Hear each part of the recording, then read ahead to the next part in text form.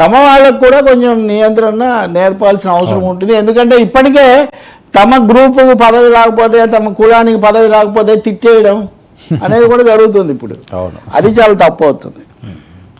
సరే, ఏంటి ఆర్జీవీపై అలాగే పోసా అనేవనియండి, లేకపోతే శ్రీరెడ్డి గారి క్షమాపణలు అందరూ కొద్దిగా తగ్గుతున్నారా ఇంకా కష్టమని? అంటే వాళ్ళు కేసులు పెట్టిన తర్వాత ఏం చేస్తారో తెలియదు. కేసులు పెట్టాక బహుశా ఇప్పుడు పోసాని మళ్ళీ ఏదో ప్రోగ్రామ్ కూడా స్టార్ట్ చేశారు వాళ్ళ ఛానల్లో చేస్తూ, అది వరకు చేసేవాడు అనుకుంటా. సరే, ఆర్జీవి సినిమాలో దానికి వరకు ఎవరేం చెప్పలేరు. సినిమా అనేది క్రియేటివ్ ఆర్ట్ అని ఆయన చెప్పొచ్చు, కానీ రాజకీయంగా కూడా ఆయన చాలా మాట్లాడారు.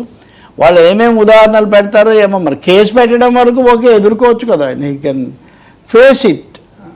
బట్ ఇప్పటికే ఆయన వేరే విషయాలు మాట్లాడుతున్నాడు. అసలు దీనికంటే ఆర్జీవీ మీద నాకు పెద్ద అభ్యంతరం ఉంది. అసలు మొన్న ఎవరో ఆయన్ని అడుగుతున్నారు, మీరు ఆయన ప్రతిదీ ఫిలాసఫీ చెప్తుంటాడు కదా, మీరు మరణించిన తర్వాత మీరు అవయవ దానం చేస్తారా అని.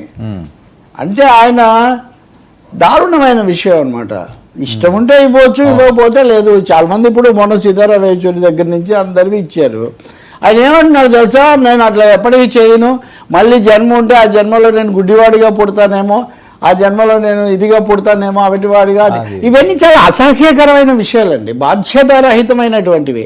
చేతులంటే మంచి చేయండి, లేదా ఊరుకోండి, మంచి మాట్లాడండి, లేకపోతే లేదు లేదు నాకు నమ్మకం లేదు అలాంటి వాటి మీద నేనేం చెయ్యనని చెప్పండి. అంతేగాని ఇన్ని వేల మంది అవయవ దానం చేస్తూ ప్రోత్సహించాలి. రేపు పొద్దున్న చనిపోయే వాళ్ళకి అవేమీ కుళ్ళిపోవడము కాలిపోవడము తప్ప ఏమీ జరగదు.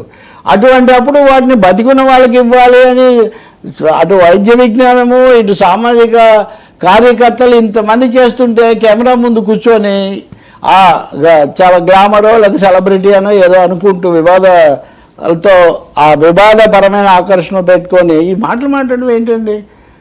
దీనికి చర్య తీసుకోవాలి నా ఉద్దేశంలో.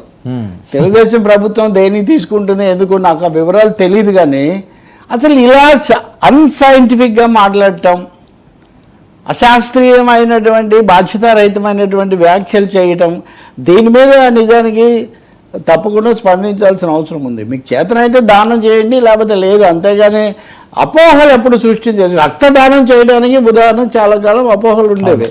రక్తదానం చేస్తే నష్టం అని కాదు అని ఇప్పుడు చిరంజీవి లాంటి వాళ్ళు బ్లడ్ బ్యాంకులు పెట్టి చాలా ఇది కూడా తీసుకొని వచ్చారు.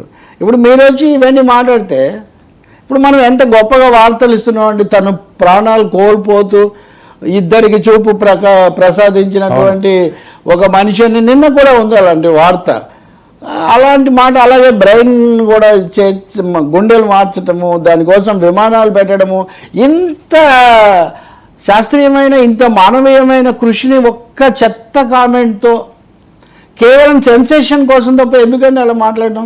నేను చెత్త లాంటి పదాలు కూడా ఎప్పుడు వాడను, కానీ ఎందుకు వాడుతున్నానంటే కావాలని. అలా వాడితే పబ్లిసిటీ వస్తుంది, అలా వాడితే ఇంకోటి వస్తుంది అని చేయదు. ఇప్పుడు ఉన్న పబ్లిసిటీ చాలదా?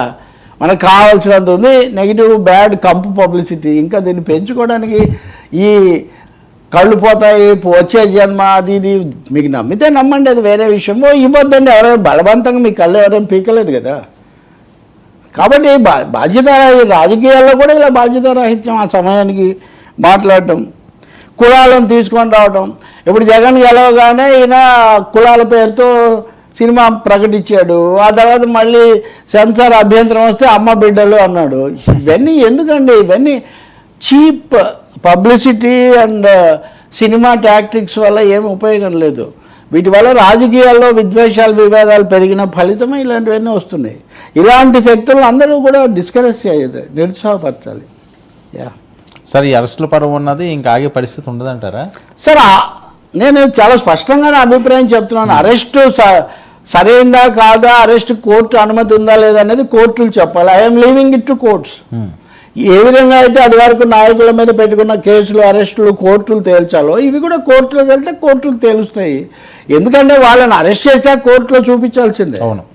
సో కోర్టు చెప్పిన ప్రకారం జరగాలి అంతే, చట్ట ప్రకారం. రెండోది మామూలుగా చూస్తే సామాజికంగా చూస్తే ఈ కుసంస్కారంగా అసభ్యంగా చేయకూడదు అని ఒక వ్యక్తిగా, మీడియా వ్యక్తిగా చెప్తాను నేను.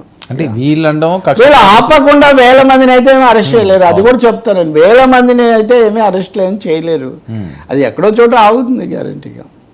అంటే ఆంధ్రప్రదేశ్లో ఉన్న టాస్క్ ముందు సోషల్ మీడియా అన్నదా, ప్రజల్లో ఉన్న అభిప్రాయం ఎలా ఉంటుందండి ఇలాంటి? ఏ రాష్ట్రంలో అయినా ఎక్కడైనా కానీ ప్రజలకు మేలు చేయడము, చచ్చి బతికి ప్రజలకు ఎవ్వడు మేలు కూర్చున్న వాడే ధన్యుడు అన్నాడు గురజాడప్పారు. అందుకని ముందు చేయాల్సింది అది. ఇది గతంలో దానికి చర్యలు అవి చేయొచ్చు. మరీ దారుణంగా చేసిన వాళ్ళు, మరీ రెచ్చగొట్టిన వాళ్ళు, ఒక విధంగా ద్వేషం పెంచిన హేట్ స్పీచ్. ఎస్, చంద్రచూడ్ అన్నది అదే, hate speech is to be prevented. విద్వేష ప్రసంగాలను, అసభ్య ప్రసంగాలను అడ్డుకోవాలి. అదే సమయంలో ఇంకా అదే కార్యక్రమం దాని వెనకే వెళ్తాను అంటే అది కూడా సరికాదు కదా. There should be a limit. Jaganmohan Reddy గారు